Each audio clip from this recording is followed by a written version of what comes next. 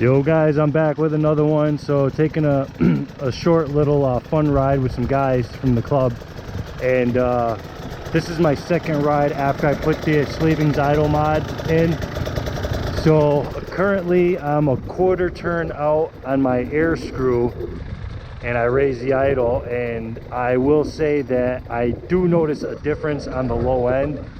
It's not nothing enormously crazy, but I did notice while I'm riding the gear higher, it definitely pulls a bit harder. Like, I don't have to shift down as fast because it's still got more pulling power.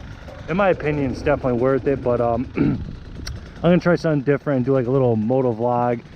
I'm not gonna do too much talking because I'm not great at it, but I might say what gear I'm in at what time, because a lot of people want to know what kind of power that these 150s pull out. All right guys, we're off.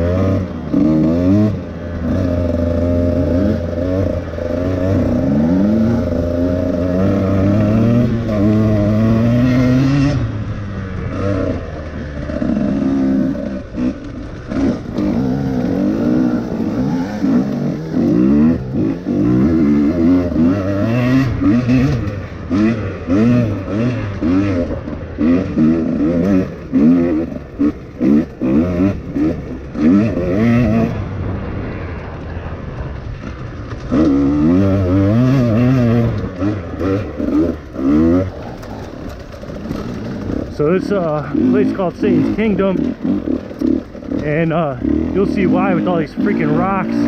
It's a pretty brutal race, and I believe this is the race that made me sell the FX, because it was just brutal. The suspension was just brutal. Crazy off camber shit. We got some four-wheel driving Jeeps.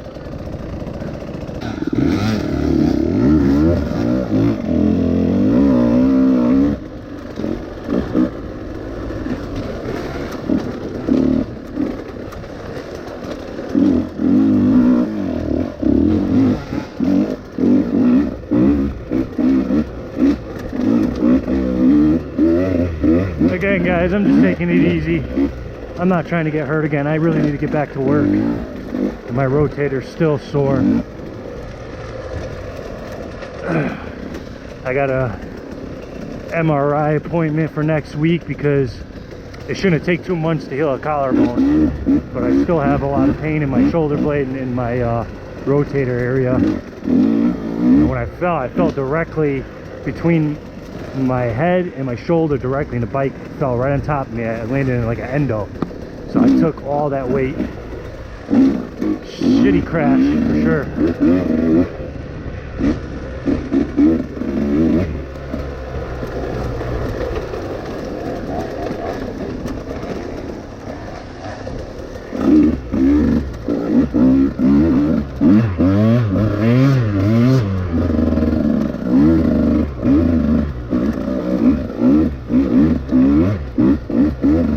Now we'll leave him in first because, like I said, you gotta prepare a little bit for the hills you're planning on going, especially if there's rocks that are going to slow you down.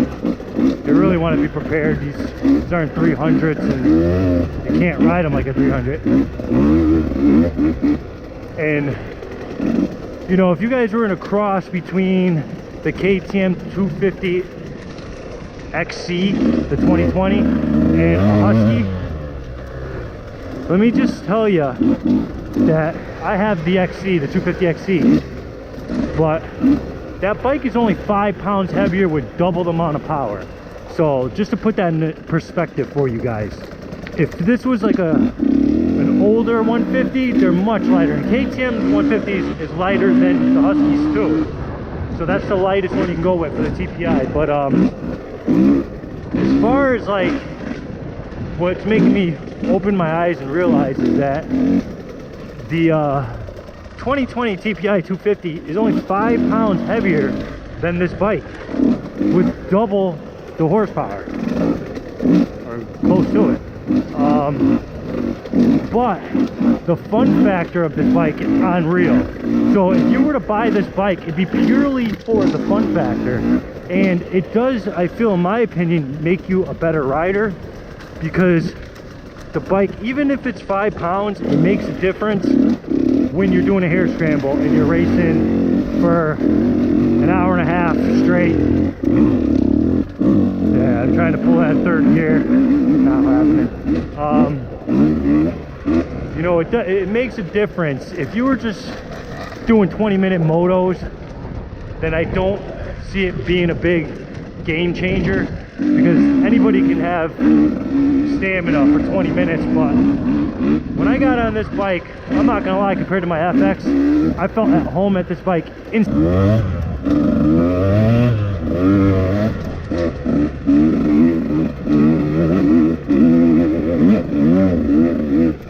So I doubt I'll be able to keep up with these guys.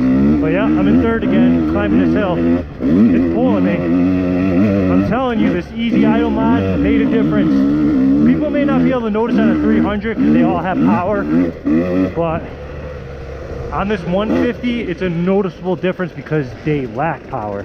Or, you know, this is my 2 cents.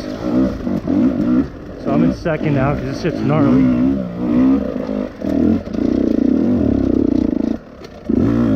First. But I rode a YZ125, it was a 2016 last week, and I let the kid ride my bike, and he was going to get a 250 XC. And when he rode my bike, he said he just fell in love with this bike right away.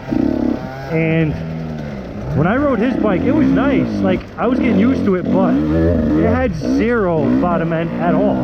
Man, this Shinko 525 is amazing for this bike. Amazing. And I'm running about 9 to 10 PSI, and I love it. Not to jump subjects, but it hooks up so well in the rocky, rooty, like slimy shit. And I've had zero issues putting with this tire, but putting it on was a pain in the balls, I'm not gonna lie. But I think it was because of the size selection that I chose. It was like 100, 118, or whatever it was. I'm gonna go to the 200, and I know that'll kind of rob me from horsepower a little bit, but it'll make putting the tire on a hell of a lot easier than I thought to do with this tire. I popped 2 tubes. Granted, they were OEM, you know, thin wall tubes, but needless to say, I popped them. And it was aggravating, but now that I have this tire on, I love it. It tractors through everything. And one of the rides I did, the ride actually where I got hurt, we had to cross a big deep river, and on the opposite side of that river there was uphill sharp sweeping left, and it was all dug up roots, slippery roots and rocks. And I watched 3 people wipe out in front of me, and we're going the wrong way.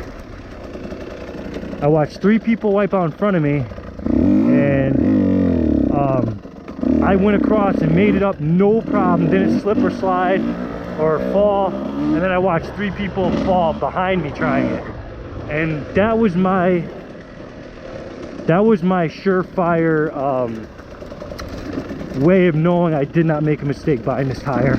I mean, yeah, it wears a little bit faster, but I want that grip, you know what I'm saying? Because when you're racing and you're stuck in a fucking hill or a mud hole, you want that confidence that you got a tire that's gonna make it out. And this tire, I love it. And the reason why I got it is because most of our races are mud, slippery roots and rocks. And the I believe it's a 505, it's a good tire, but the tread padding is slightly closer, so it probably packs in the mud a little bit more. You know, you're just giving off a trade-off of having way more grip in the mud, the roots and the rocks, and having a shorter lifespan on a tire. But if you're racing, you don't give a shit about tires. So we're back off, we're all caught up now.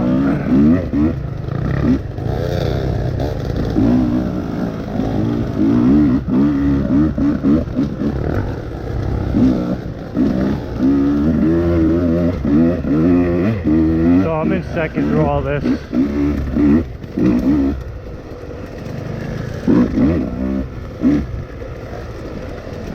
I mean, this bike it's so nimble. It does feel like a mountain bike, but I know that the carb models are much lighter. They're like 15 pounds lighter.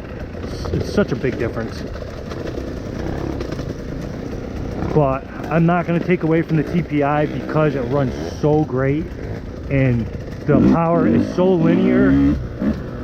I love it. And now that I got the bike running richer, like I just feel like it pulls so much harder off the bottom. Like it might be a little rich, but I mean, I feel like I get a little bit more off the bottom, and to me it's worth it because any little bit you can get off of the bottom end of these bikes is like a miracle, you know.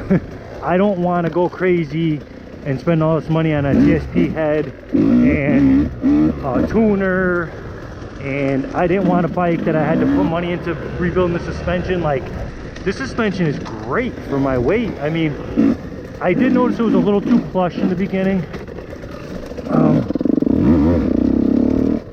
After I got used to riding it, so I did stiffen it up. I went through the manual and I put it in the sport setting, and then after riding it in the sport setting, I did the front and the back, set my sag, and after I rode it for a little bit, I found it was still a little soft because I was getting faster on the bike. So then I went a couple clicks stiffer, and even on the preload on the fork, I went stiffer, and I can't be happier. You know, it feels like race suspension that's soft, you know. But I know it's going to depend on people's weight too. I'm pretty light, you know, I'm not gonna lie. But even at 179, this bike handled great, and like I said, was light years above my FX. But it depends on the riding you're doing. If you're just out like Vegas Romaniac, I follow the guy, I like his videos, he swears by that bike, and I agree, it's a good bike for what he's riding. But when you're talking about air scrambles and like tight and technical like this, I don't think it's a great choice, because the flameouts are real on that bike.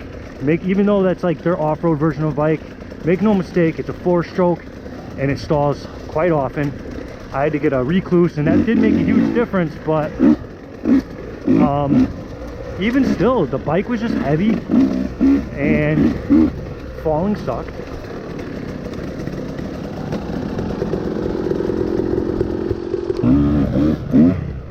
So my personal thoughts on this bike, I got about 26 and a half hours on this bike. Would I buy it again? Absolutely, for the fun factor alone. As I said, I bought both these bikes together, the 2020 250xe and this 2020 TE, and I do not regret buying this bike. I feel like it's going to make me a better rider. It's just enough power without being too much power, if that makes sense. But I can get through everything that the 300s and the 250s can. You just got to be a little bit more aware of your gear selection, and you know, just a little bit more aware of, you know, you got to be prepared for what's coming up, and that in turn makes you a better rider. And you can throw this bike around, you know. In intermission, guys. If you don't know about these natter days, you should check it out. I don't condone drinking and riding, but I can tell that I'm nervous. I don't want to get hurt, so maybe let's take a little bit of the edge off. I'll see you guys in the next one.